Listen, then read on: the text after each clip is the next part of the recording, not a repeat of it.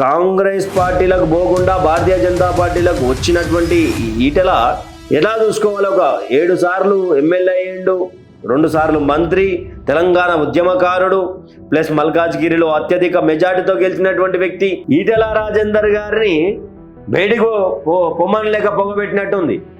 ఆత్మగౌరవాన్ని మించిన దానికంటే అధికారం ముఖ్యం కాదు, ఆత్మగౌరవాన్ని మించిన దానికంటే పదవులు ముఖ్యం కాదు, ఆత్మగౌరవం లేకపోతే మనమేడుంటాము అని చెప్పేసి కూడా ఆయన మాట్లాడి, కొంతమంది రాజాసింగ్ అన్నట్టు కొంతమంది చేతుల్లోనే హస్తదిగ్బంధనం అయిపోయింది ఆ పార్టీ అంటే అవుననే మాటలు వినిపిస్తాయి. తర్వాత ఆయన చెప్పింది ఏంది క్లియర్గా అంటే, ఎక్కడా కూడా పార్టీ దాంట్లకు నాకు ఇన్ఫర్మేషన్ వస్తలేదు, ఒక ఎంపీగా, ఒక సీనియర్ లీడర్గా, ఒక 2 సార్లు మంత్రి చేసినటువంటి వ్యక్తిగా నాకు లేదు గౌరవం దక్కడం లేదన్నది ఆత్మగౌరవం పేరు మీద బయట పెట్టింది. మొన్న రాజాసింగ్ అదే విషయంలో వెళ్ళిపోయింది బయటికి, ఈరోజు ఈటల అదే విషయంలో వెళ్ళిపోయే ప్రసక్తి తీసుకొస్తున్నారు.